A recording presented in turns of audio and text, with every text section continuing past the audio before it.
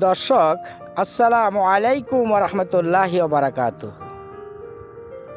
প্রতি বছর ধান রোপণ করার যে একটা নির্ধারিত সময়, ঠিক এই সময়টাই আমি উপস্থিত হই।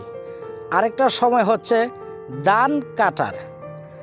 তো আপনারা যারা দেশের বাহিরে আছেন এবং দূর দূরান্ত থেকে দেখছেন, আমি জানি কৃষি এবং এগ্রিকালচারের প্রতি, অর্থাৎ এই দেশের প্রতি আপনাদের প্রচণ্ড ভালোবাসা আছে। কারণ এই দেশটা আপনার, এই দেশটা আমার।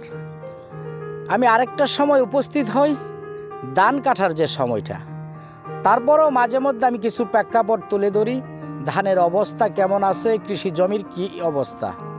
তো এখন একটা সময় দেখেন, সূর্য ডুবার একটি সময়, আসরের আজানের পরে অর্থাৎ মাগরিবের আগে, এই যে একটা মনোরম দৃশ্য, যারা দেশের বাহিরে আছেন এই প্রেক্ষাপটগুলো দেখার জন্য, আমি জানি যে এই জন্মভূমির জন্য কার না হৃদয় কাঁদে বলেন তো।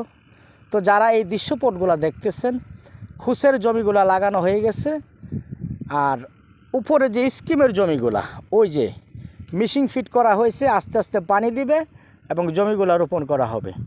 এই যে এগ্রিকালচার, কৃষি আমার আপনার জন্মভূমি।